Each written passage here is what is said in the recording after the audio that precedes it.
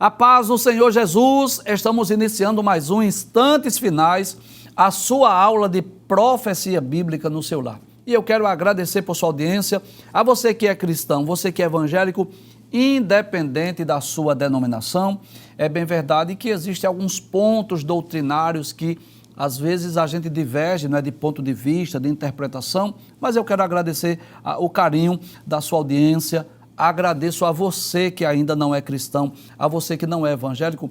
Eu tenho encontrado muitos irmãos nas congregações que eles dizem assim, olha, a minha mãe não é evangélica, mas assiste, o meu pai, o meu avô, enfim. Obrigado, muito obrigado por sua audiência.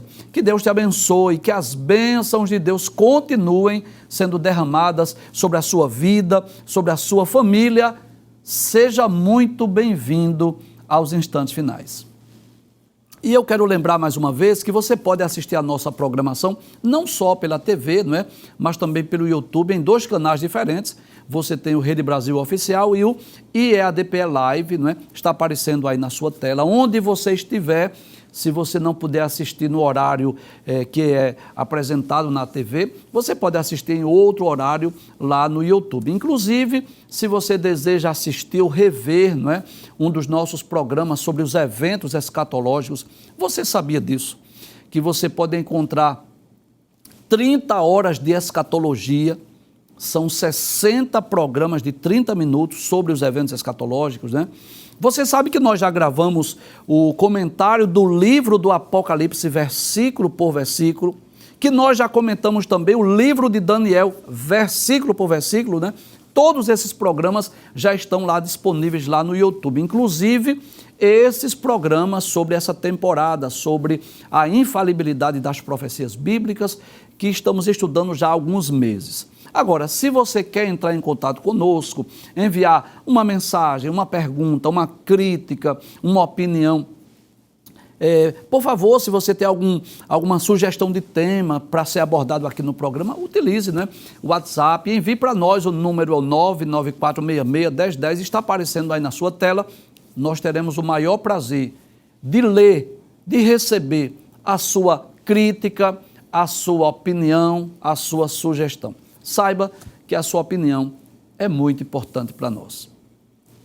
Como é do seu conhecimento, nós estamos estudando sobre a infalibilidade das profecias bíblicas e esta semana estamos estudando as profecias do Evangelho escrito por Marcos. Abra a tela, por gentileza. Isso, não é? Você sabe disso. Nós já estudamos dezenas de profecias lá do Antigo Testamento, já estudamos algumas profecias do Evangelho escrito por Mateus e recentemente estamos estudando algumas profecias do Evangelho escrito por Marcos. Nos programas anteriores, nós estudamos duas profecias. Abre a tela, por gentileza. Estudamos a primeira, que é Jesus batizaria com o Espírito Santo. Traz a tela, por favor, que foi aquela profecia de João Batista, não é? João Batista disse assim, eu, na verdade, vos batizo com água para o arrependimento, mas depois de mim vem um que é mais poderoso do que eu, e que eu não sou digno nem de desatar as alparcas, as suas sandálias, mas ele vos batizará com o Espírito Santo. Explicamos sobre isso. E também a profecia do programa anterior, passe a tela, por favor, que tem por título Os Saduceus e a Ressurreição, e nós explicamos, né, no programa anterior, traz a tela, por favor, que os saduceus, que era aquele grupo religioso que não acreditava em ressurreição, não acreditava na existência de anjos, de espíritos, não acreditava no juízo final, e eles foram até Jesus perguntar, não é? Contar uma história de uma mulher que havia casado com 7 irmãos, e na ressurreição, qual dos 7 seria o seu marido, visto que todos a possuíram, todos casaram com ela? E nós explicamos no programa anterior, não é, que Jesus aproveita essa pergunta, ainda que uma pergunta maldosa, ainda que uma pergunta capciosa, possivelmente uma história que não era verídica, essa história da mulher que casou-se e ficou viúva, casou com o cunhado e ficou viúva, enfim, que ela terminou casando com 7 irmãos. Possivelmente uma pergunta capciosa e uma história que não era verídica. Mas Jesus aproveitou, né, para nos ensinar sobre 3 grandes lições, 3 grandes verdades que nós aprendemos no programa anterior. Primeiro, sobre a necessidade de conhecermos as Escrituras. Jesus disse aos saduceus: vocês erram não conhecendo as Escrituras e nem o poder de Deus. Segundo, Jesus aproveita para ensinar que na ressurreição nós seremos como os anjos. Inclusive eu expliquei isso. Nós nunca seremos anjos, mas seremos como os anjos. Como assim, professor? Corpos gloriosos, espirituais e assexuados, né? Inclusive no céu não vai haver grau de parentesco, só vai haver ali o amor ágape.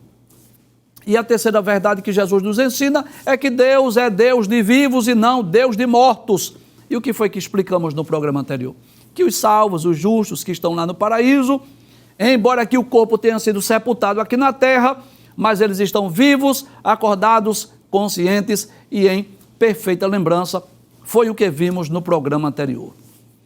Hoje nós estudaremos um texto, né? Eu diria um dos textos mais conhecidos dos 4 evangelhos, que é a profecia, o aviso de Jesus a Pedro, dizendo que Pedro iria negá-lo. O tema da profecia é esse: Pedro é avisado que negaria a Jesus. Mas, antes de nós falarmos sobre essa profecia, sobre esse aviso, essa advertência de Jesus a Pedro, nós gostaríamos de falar um pouco sobre este grande homem de Deus, este simples pescador que foi chamado para ser um dos 12, né, e foi um dos apóstolos mais experiente do grupo dos 12. Não era o mais íntimo, não era o mais achegado, porque o mais íntimo e mais achegado era João, mas Pedro destacou-se, né, como dos mais experientes.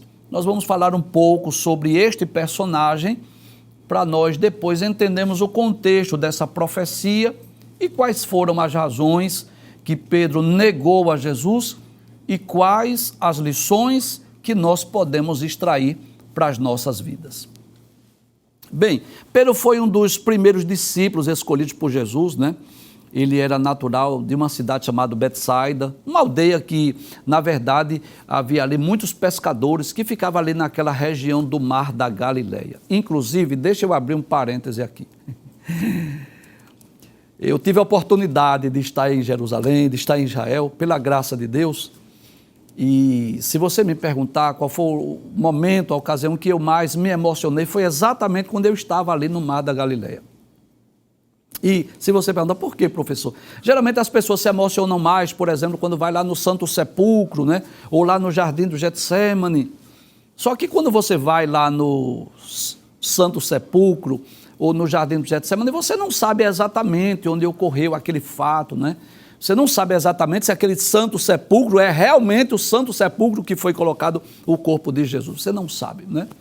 Mas, olha, é algo extraordinário, maravilhoso, você atravessar literalmente o Mar da Galileia em um barco, e eu tive essa oportunidade, pela graça de Deus, de abrir a Bíblia e de ler, né, as Escrituras, de ensinar ali a um grupo que estava conosco sobre o que ocorreu ali nas margens do Mar da Galileia. Há muitos milagres, né, que ocorreram ali às margens daquele Mar da Galileia, também chamado de Lago de Genezaré, ou de Mar de Tiberíades, né, que na verdade é um rio de água doce, mas é chamado de Mar da Galileia. E Pedro, né, eu fiz menção a essa viagem aqui, fiz para lembrar-me, não é, que naquela ocasião nós lembrávamos sempre de Pedro, dos demais apóstolos que eram pescadores, né? Pedro, André, Tiago e João, eles eram, na verdade, pescadores. Pedro, na verdade, era irmão do apóstolo André, que também era um pescador de profissão como ele, né? E Pedro era casado, é bom lembrar isso. A Bíblia deixa bem claro, né, que Jesus curou a sua sogra. E os estudiosos entendem que Pedro foi um típico homem do campo, né? Uma pessoa simples, né? Agora, era uma pessoa também muito impulsiva, vou dizer assim, impulsiva, né? Aquele que estava sempre questionando, sempre perguntando a Jesus, né? Outro fato interessante é que Pedro teve uma participação muito ativa, muito significante durante o ministério de Jesus. Ele foi um dos primeiros discípulos a ser chamado, né? Ele estava entre os 3 mais próximos de Jesus. Você sabe disso, que Pedro, Tiago e João, em muitas ocasiões, eles estavam com Jesus. Eles eram os mais íntimos, os mais achegados a Jesus. E em muitas ocasiões, Pedro agiu como porta-voz dos 12.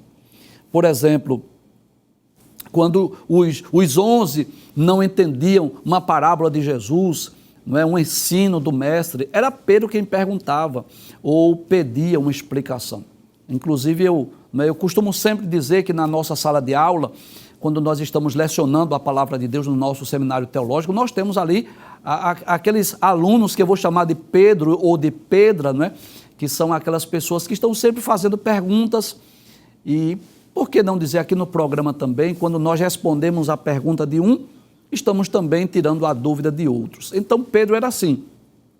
Acredito que os 11 às vezes estavam, não é, com algum receio de perguntar a Jesus, e Pedro agia como porta-voz, sempre interagindo, sempre perguntando, respondendo, falando, né? Você vai ver com muita frequência Pedro falando durante os ensinos de Jesus. Foi Pedro também que teve várias experiências maravilhosas. Foi ele que fez a confissão positiva, né? Aquela confissão quando Jesus perguntou: quem dizem os homens ser o Filho do Homem? E vós, quem dizeis que eu sou? Foi Pedro que disse assim: eu digo que tu és o Cristo, o Filho do Deus vivo. Lembra disso? Foi Pedro que disse também, na ocasião que as multidões queriam abandonar Jesus, que Jesus olhou para os 12 e disse assim: quereis vós também retirar-vos? Aí Pedro disse: para quem iremos nós, se tu tens as palavras de vida eterna? Pedro foi o único discípulo que pediu para encontrar Jesus andando sobre as águas. Foi o único homem, depois de Jesus, que andou sobre as águas. E ele estava sempre presente ali com Tiago, com João, né? Várias ocasiões em que Jesus levou consigo somente os três, Pedro, Tiago e João, né? No programa anterior, inclusive, nós falamos um pouco sobre a transfiguração de Jesus. Pedro estava presente. Foi Pedro, inclusive, que perguntou, que disse assim ao mestre: mestre, é bom estarmos aqui. Quer que façamos 3 cabanas, uma para ti, uma para Moisés e uma para Elias? Pedro presenciou, ele viu a ressurreição da filha de Jairo, porque ele foi um dos 3 que entrou ali com Jesus. Também na ocasião que Jesus estava orando lá no Getsêmani, quando Jesus angustiou-se, né? Seu suor tornou-se em gotas de sangue, Pedro estava lá, ainda que dormiu, mas estava. E em muitas outras ocasiões que Jesus levou apenas esses 3 apóstolos, né? Até porque eles seriam as colunas da igreja, seriam os líderes da igreja após a ressurreição de Jesus. Pedro também aparece assim de uma forma muito ativa durante a narrativa dos últimos momentos de Jesus, antes da sua crucificação. Juntamente com João, foi Pedro que recebeu a incumbência de organizar a última ceia lá em Jerusalém, não é? Aquela ocasião em que Jesus comemorou a Páscoa, celebrou a Santa Ceia.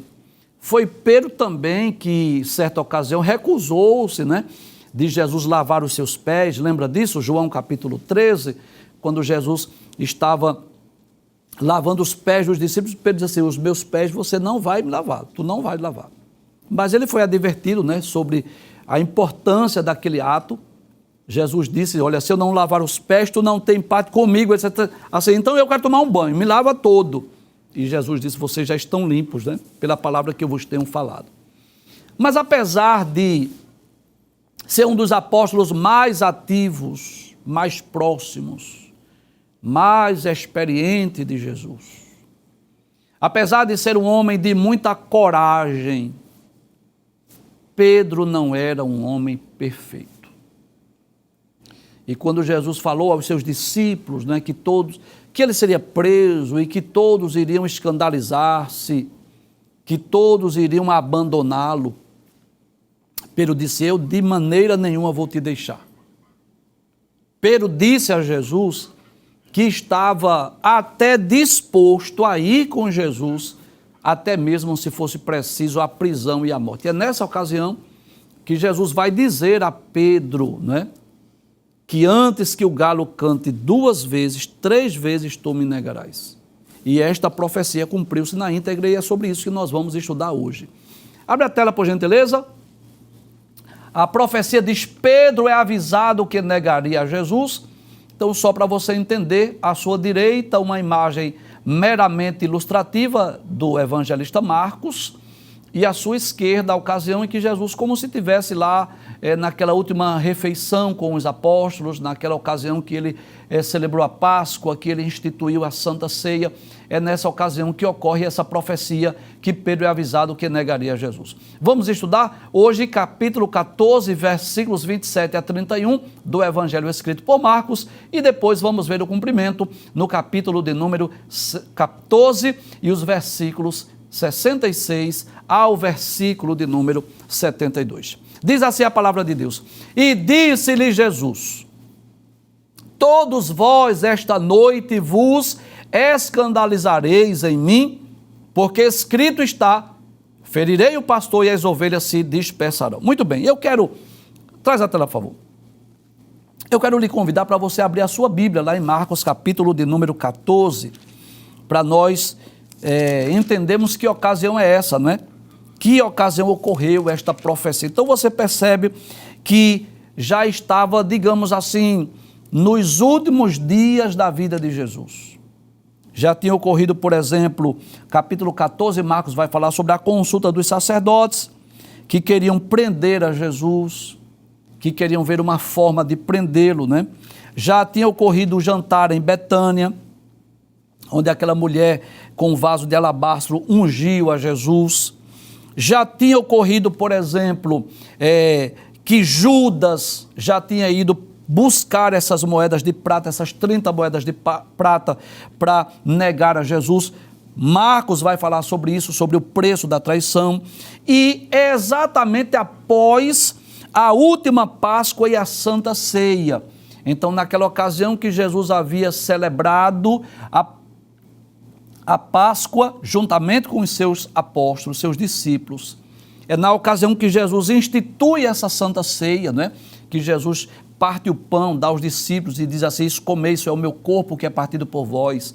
Que Jesus dá o vinho e dá o cálice, né? E diz: bebei dele todos, isso é o sangue da nova aliança. Depois que Jesus celebra a Páscoa, institui a ceia, que Pedro é avisado. Esse fato é tão marcante na história de Cristo, que os 4 evangelhos vão registrar este fato. Está em Marcos capítulo 14, a partir do versículo 27, está em Lucas capítulo 22, versículos 31 a 34, está em Mateus capítulo 26, versículos 31 a 35, e está em João capítulo 13, versículos 36 a 38. E eu não tenho dúvida disso, que há uma grande lição, uma grande mensagem que Deus deseja transmitir a todos os homens. Deixa eu lembrar de algo que eu falei aqui quando nós iniciamos o estudo do Evangelho escrito por Mateus e quando nós iniciamos o estudo do Evangelho escrito por Marcos. Nós dissemos que cada evangelista, principalmente os 3 chamados de evangelhos sinóticos, que eles tinham um público-alvo. Você lembra disso?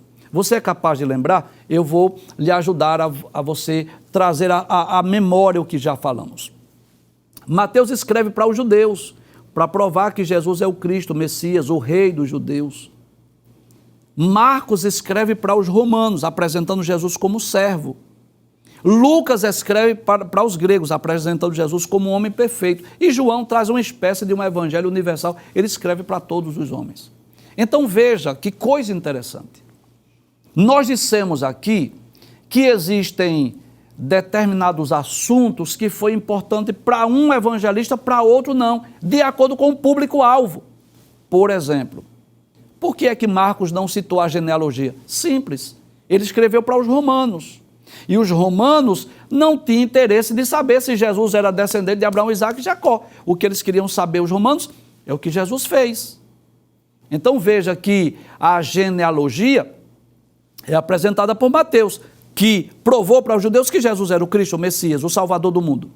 Mas para Marcos não era importante, porque não era um assunto assim que trazia interesse para os romanos.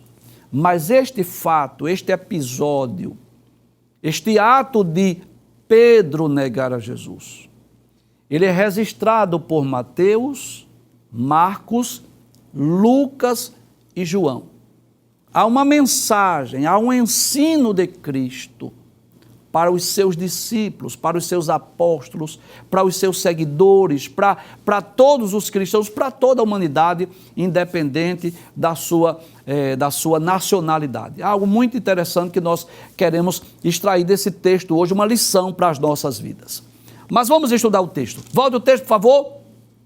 Então, e disse-lhe Jesus, que ocasião? Já expliquei, depois que ele celebrou a Páscoa, a última Páscoa, depois que ele instituiu a ceia, prevendo que estava se aproximando o momento que ele seria preso, julgado e condenado. Aí Jesus diz aos apóstolos, todos vós esta noite vos escandalizareis em mim, porque está escrito, ferirei o pastor e as ovelhas se dispersarão. Jesus traz a lembrança dos apóstolos, traz o texto.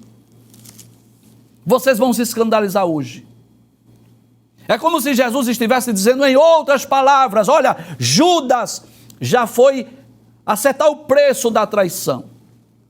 Será nessa noite que eu serei preso, que eu serei julgado e condenado. E vocês vão se escandalizar em mim, vocês vão se dispersar. Está escrito, eu vou ferir o pastor e as ovelhas se dispersarão. Passa o texto, por favor, versículo de número 28. Aí Jesus traz uma palavra de ânimo, de conforto, de fé e de esperança. Que coisa interessante, traz a tela. Primeiro Jesus adverte, olha, vocês vão se escandalizar. Está escrito, é uma profecia. Eu vou ferir o pastor e as ovelhas vão se dispersar. Mas eu tenho uma notícia boa para vocês. E que notícia é essa? Abre a tela, por favor. Jesus disse, depois que eu houver ressuscitado, eu vou ressuscitar. Eu vou morrer, mas eu não vou ficar na tumba fria. E depois que eu houver ressuscitado, irei adiante de vós para a Galileia. Glória a Deus. E traz a tela. Os discípulos, os apóstolos estavam ali, naquele misto de tristeza e de alegria. Que coisa interessante. Eles já estavam acostumados com a celebração da Páscoa. Porque você sabe disso, que a Páscoa é uma das principais festas dos judeus, onde eles comemoravam a libertação do Egito. Deus havia dito, capítulo 12 do livro do Êxodo, que na ocasião da morte dos primogênitos, da 10ª e última praga, Deus havia dito aos hebreus, através de Moisés, que eles deveriam matar um cordeiro, colocar o sangue nos umbrais da porta, e deveriam naquela noite comer o cordeiro com ervas amargas, com pães asmos, sandália nos pés, cajado nas mãos, roupas cingidas, como que pronto para a saída. E anualmente os judeus comemoravam a festa da Páscoa. E Jesus, como judeu, estava acostumado a celebrar, a participar. Só que aquela Páscoa foi diferente. Naquela Páscoa, Jesus usa outros símbolos, que é exatamente a ocasião que ele institui a Santa Ceia. Jesus parte o pão. Bem, o pão também era comum na Páscoa, só que dessa ocasião Jesus diz assim, tomai e comei, isso é o meu corpo que é partido por vós. Jesus pega o cálice e diz assim, bebei dele todos, esse é o cálice do Novo Testamento, da nova aliança, o meu sangue que é derramado por muitos para a remissão dos pecados. Então era uma Páscoa especial, uma ocasião especial, em que além da comemoração da Páscoa, tinha outros elementos, outras lições, outros ensinos. E naquela ceia, que eu acredito que os discípulos estavam perguntando entre si, por que isso? Por que esses novos símbolos? Isso aqui não faz parte necessariamente da comemoração da Páscoa. Por que Jesus está dizendo essas palavras? Isso é o meu corpo, isso é o meu sangue. Aí de repente Jesus diz assim, olha, vocês vão se escandalizar, está escrito,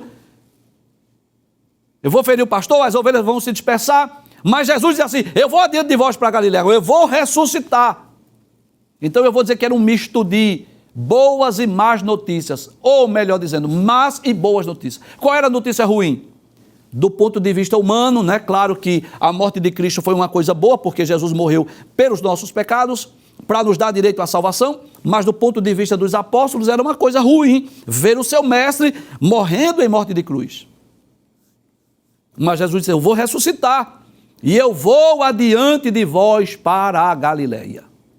Passa o texto, por favor. Versículo 29. E disse-lhe Pedro, ainda que todos se escandalizem, nunca, porém, eu. Traz a tela, por favor. Pedro disse, eu não, Senhor. Pode ser que João, pode ser que Levi, pode ser que os demais, André, Filipe, Bartolomeu, Judas, Tiago, pode ser qualquer um desses 11 pode te abandonar. Eu não. E eu vou ver aí o impulso de um homem colérico, talvez sanguíneo, que disseram assim, não, eu jamais. E baseado nessas palavras de Pedro, eu vejo um ponto positivo e um ponto negativo.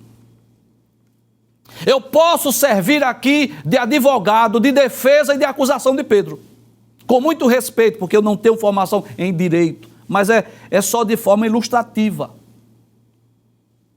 Vou servir como advogado de defesa. Este discípulo audacioso, corajoso, estava disposto a dar a sua vida pelo mestre. Inclusive ele provou isso. Na ocasião que Jesus foi preso, Mateus 26, versículo 50 em diante, Pedro puxou a espada, feriu a orelha de Malco, o servo do sumo sacerdote. Ele provou essa coragem, essa audácia. Então eu posso servir de advogado de defesa para Pedro. Realmente aquele homem impulsivo, determinado, estava pronto realmente a defender seu mestre. Mas agora eu quero ser o advogado de acusação. E dizer que Pedro falhou por causa da sua autoconfiança. Bem, você já deve ter ouvido, né? Estudos, ensinos acerca dos erros de Pedro, das falhas de Pedro, os passos que o conduziram à sua queda, que eu não quero detalhar aqui, os 7 passos, mas eu quero falar sobre o perigo da autoconfiança. Acho que esse foi um dos principais erros de Pedro, confiar em si mesmo, achar-se capaz, achar-se autossuficiente. Ele achou que estava pronto para enfrentar as oposições, para enfrentar prisões, para enfrentar até a morte. Ele achou que estava pronto. E nós, seres humanos, nunca devemos nos sentir autossuficientes. Quando alguém se sente grande ou autossuficiente, Deus não tem prazer de se utilizar dele. Deus não utilizou-se de Moisés quando ele estava com 40 anos, quando ele estava lá no palácio no Egito. Deus se utilizou de Moisés quando ele estava com 80, depois de ele estar 40 anos no deserto de Midian, cuidando das ovelhas de Jetro. Quando Moisés disse assim, quem sou eu que vá a Faraó? Aí Deus disse, você agora está pronto. Autossuficiência, 0. Deus utilizou-se de Josué, porque na ocasião da morte de Moisés, ele estava ali preocupado. Como que diz assim, como é que eu vou substituir Moisés? Aí Deus aparece para animá-lo. Deus utilizou-se de tantos outros, né? Gideão, que disse que era o menor de Manassés, que a sua tribo era menor. Deus se utilizou de Jeremias, quando ele disse, eu não sei nem falar, eu sou uma criança. E Deus não gosta de pessoas soberbas, orgulhosas, que se sentem capazes, que se sentem autossuficientes. Deus se agrada de pessoas que se sentem dependentes dele, que reconheça suas falhas, suas fraquezas, seus erros, que reconhece que não é perfeito, que é dependente de Deus. Você pode ter anel nos dedos inteiros e a sua casa está cheia de diploma. Mas se você não é dependente de Deus, os teus anéis e os teus diplomas para Deus não valem nada. Você pode ter uma posição privilegiada na sociedade, mas se você se sente autossuficiente, você para Deus não tem, essa sua autossuficiência, para Deus não tem valor algum. Então, eu digo que a falha de Pedro, tem outras, não tenho dúvida disso. Mas a falha principal que eu quero destacar hoje é esse sentimento de autossuficiência, que é o que não agrada a Deus. E Pedro achou-se autossuficiente. Passa o texto, por favor. Aí Jesus disse, olha, nessa noite, antes que o galo cante 2 vezes, 3 vezes me negarás. Bem, deixa eu dizer algo aqui que eu considero importante. Primeiro, que galo é esse, professor? Será que era o galo ave? Ou se era o galo, um tipo de toque de corneta, onde havia a troca da guarda romana? Eu tive o cuidado de ler o texto, de ouvir opiniões de teólogos, de arqueólogos sobre o assunto, e eu percebo que eles divergem de opinião. Há aqueles que defendem, era um galo mesmo, não tem nenhuma dificuldade, porque era uma ave conhecida, comum na época. Até Jesus usou seu ensino dizendo assim, Jerusalém, Jerusalém, que mata teus profetas e aqueles que a ti são enviados. Quantas vezes eu quis, abrigar-te como a galinha junta os seus pintainhos debaixo das suas asas. Então era uma ave conhecida para o povo judeu. Mas já outros dizem não, havia a troca da guarda romana, que havia 3 toques, Então havia o toque da meia-noite, o toque das 3 da manhã, o toque das 6 da manhã, e Jesus não estava falando do galo ave, mas estava falando desse toque da corneta ou da trombeta. Bem, quero deixar bem claro que isso não é o mais relevante.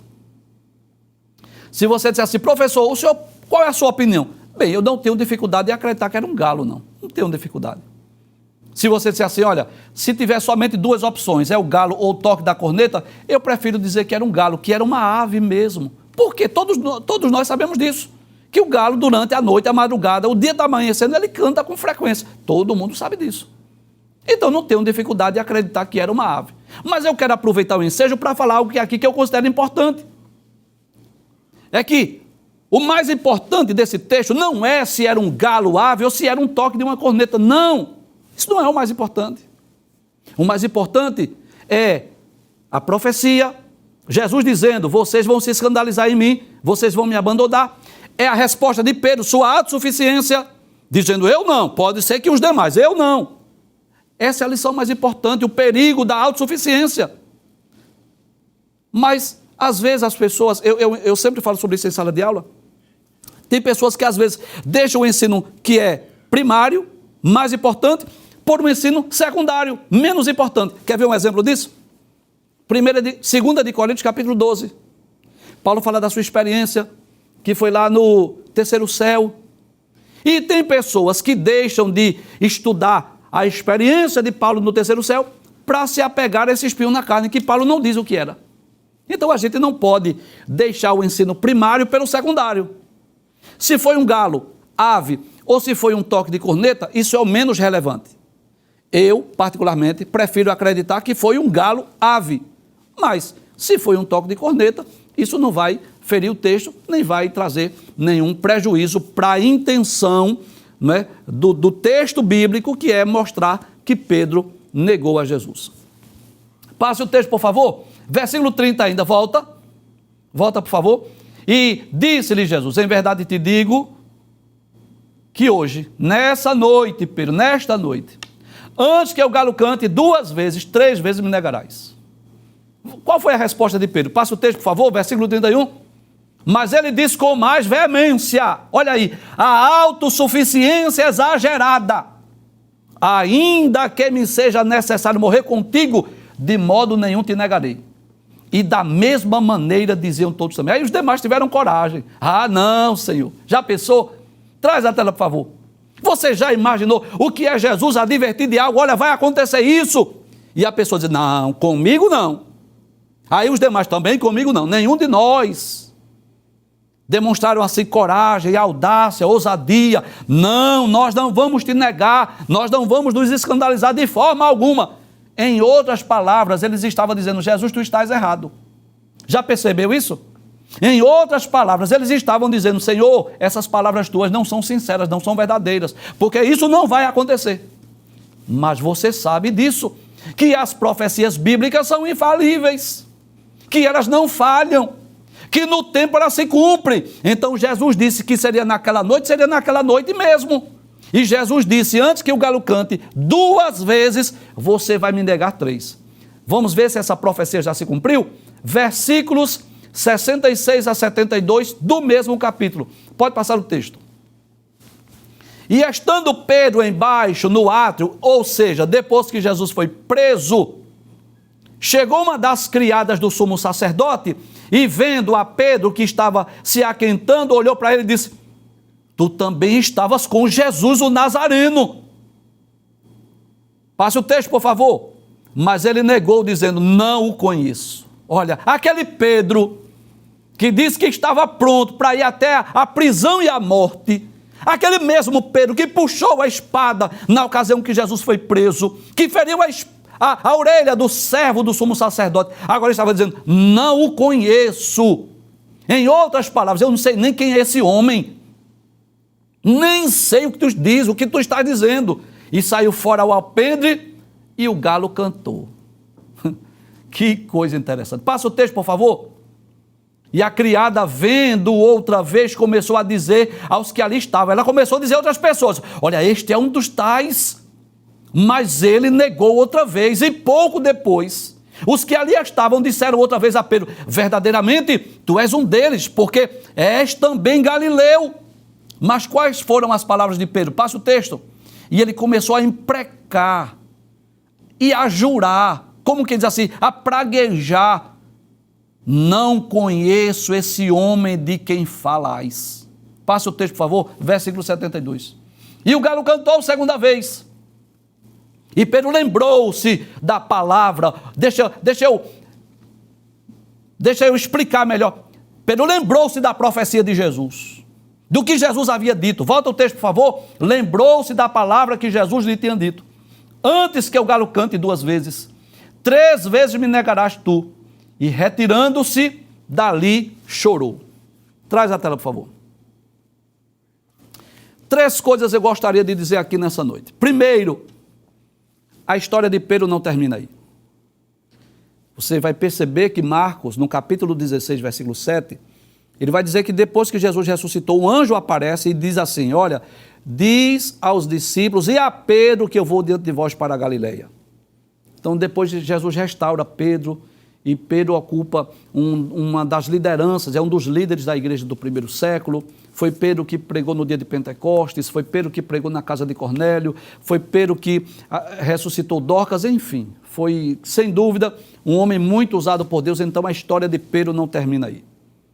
Deus mostrou a Pedro o perigo da autossuficiência, mas mostrou a Pedro que Deus estava pronto a restaurá-lo, porque Jesus foi ao encontro dele quando ele estava pescando às margens do mar da Galileia, conforme João, capítulo de número 21. Segunda lição que nós queremos abordar é que, assim como Pedro, tem muitas pessoas hoje, que negam a Jesus. Por exemplo, um cristão que estuda na faculdade, ninguém sabe que ele é crente, ou lá no trabalho ninguém sabe que ele é cristão, ninguém sabe que ele é evangélico. Essa é a verdade. Pessoas que estão negando Jesus. Olha, deixa eu dizer algo aqui. Se você vai para um país muçulmano ou para um país das cortinas de ferro, sei lá, para a China, para um dos países onde há perseguição ao evangelho, é até compreensível. Se você está, por exemplo, na China, é até compreensível você chegar lá e omitir. Isso é compreensível, porque senão você vai ser preso, vai morrer. Então, eu não estou dizendo que se você for para a China, você vai negar a Jesus, mas eu vou dizer assim: você ser uma espécie de um agente secreto de Jesus, sem propagar a sua crença, a sua fé, até para que você possa ocultamente, secretamente pregar o evangelho. Mas aqui no Brasil, onde tem liberdade de culto, tem pessoas que são agentes secretos de Jesus.